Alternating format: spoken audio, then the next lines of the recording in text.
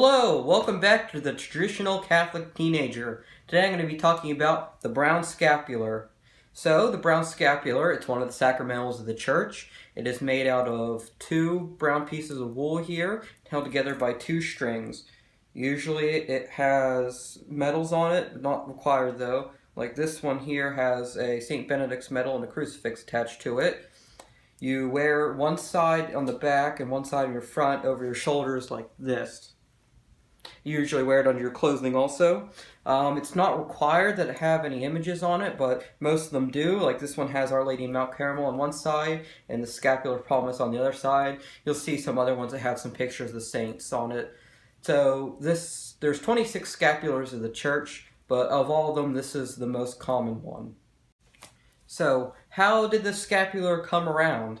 So back in the 13th century, a man named Simon the Stock had just recently become general of the Carmelite order. So we don't really know much about St. Simon the Stock's history, except that we know that when he was 12 years old, he decided to become a hermit and took up residence in a hollowed-out tree trunk. Hence, he got the name Simon the Stock. Eventually, he went and joined the Carmelite order, and after a few years of seeing them there and of his piety, they decided to raise him to the general of the order after a new one needed to be elected. So he was general of the order for 8 years, and during that time, the Carmelites were persecuted. I mean, they barely got through, and their title was Brothers of the Blessed Mother, so a lot of people thought that was blasphemous. A lot of people did not like them over that, so they went through a pretty rough time during that period. And so for those 8 years, St. Simon the Stock prayed and prayed. He asked the Blessed Mother's intercession, asked for some sign of favor, knowing that his order was all right. And it was 8 years later, in 1251, that he received this favor when the Blessed Mother appeared with the scapular and said, "I am the Lady of Mount Carmel." And then she said, "This is a privilege I give to you and to all Carmelites, that whoever shall die wearing the scapular shall never suffer the eternal fire." So we see here, Simon the Stock, he'd been praying for this for years and years and years, and finally he gets this favor from the Blessed Mother that is through his order, the brown scapular, which whoever shall die clothed in it shall be saved from the eternal fire. This is a huge blessing that they're given. They're finally given this sign of affirmation that their order is okay. So this is a huge deal, especially for St. Simon the Stock, because he had been praying this for years. And it was earlier that St. Dominic prophesied to a Carmelite that his order would receive this great sign from the Blessed Mother. So a lot of people ask, what power does this brown piece of wool cloth, what does it have? How can it save us from hell? What powers is it's just a piece of cloth, isn't it?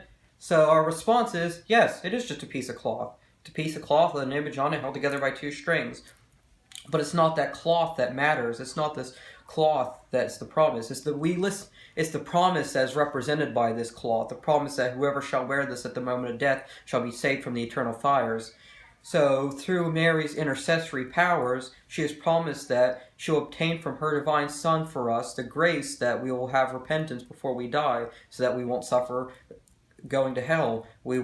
She promised that through either whatever way, through sacramental confession or extreme cases, an act of perfect contrition, that we will be saved from the fires of hell by honoring her promise, wearing this at the moment of death.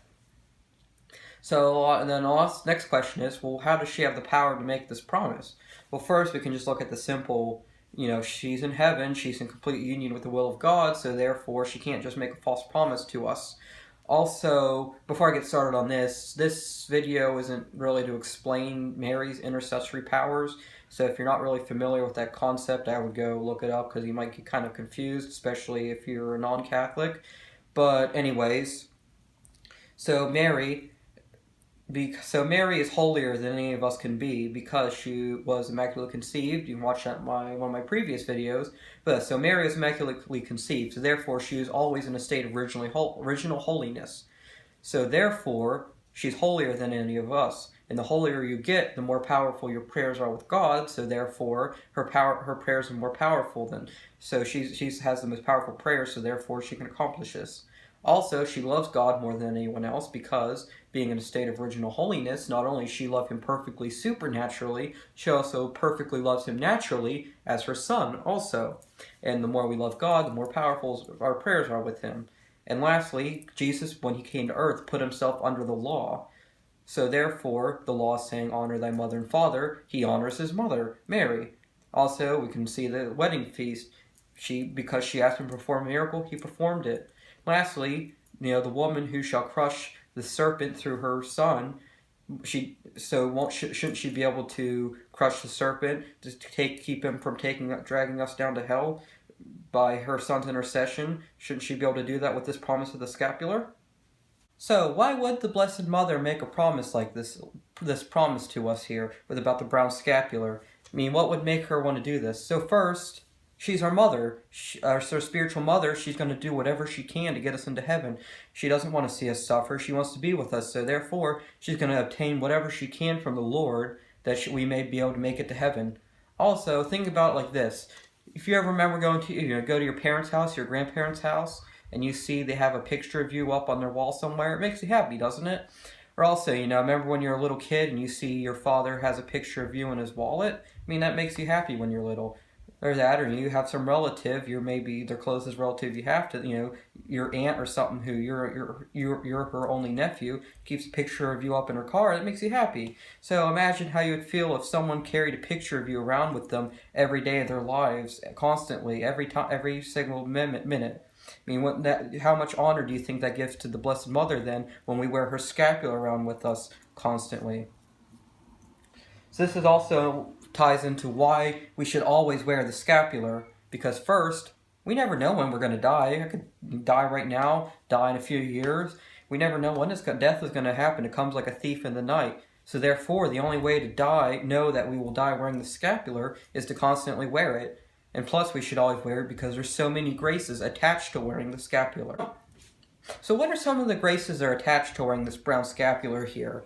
So first off, there is the scapular promise, which is whoever shall die wearing the scapular shall not suffer the eternal fire. That's the main one there. That's just from being enrolled in the scapular and wearing it. Also, there's something called the Sacramental privilege. This is affirmed by many popes. So it's basically saying that if whoever wears the scapular their entire life, lives a chaste life, and also either abstains from meat on Wednesdays and Saturdays, prays 5 decades of the Rosary a day, or recites the little office of the Blessed Mother every day, shall get out of purgatory a whole lot quicker than what would be normal. I think I even speculated it might be the Saturday after you die, you get out of purgatory. Also, there's numerous plenary indulgences attached to the scapular, such as the day of enrollment, under normal circumstances, obviously, hour of death, visiting churches on certain feast dates, under normal circumstances, obviously. There's so many indulgences attached to this that, why not get enrolled? There's so many plenary indulgences here that I don't even know all of them. I know kissing your scapular at one point was equal to 500 days penance. It's a lot of indulgences attached to this. So lastly, the scapular has really died out. You really don't hear about it much anymore. It's starting to make a comeback, but there's a period of time that there's a whole generation that really doesn't know much about the scapular, and that's sad because people are missing out on so many graces of the scapular here. That's why we need people to go out and start handing out scapulars. I mean, you can buy a cheap scapular for 50 cents. I mean, I do it all the time. You just buy a whole bunch of them and just leave them at your church, give them to people to give out. I mean, there's so much you can do that you wouldn't realize. It's easy to get a hold of them. So, I mean, if you're not enrolled, go ahead and enroll in it, because you can easily find a scapular online or any Catholic stores. You might even find them in the back of your church if there's someone there. But if you can, try to get this devotion out, because it's almost gone away, and so much graces have been lost because of it. So many people are losing have lost so many graces they could have had because they didn't have the scapular. Thanks again for sticking with the channel. Thanks for watching this Traditional Catholic Teenager. I hope to see you again next time.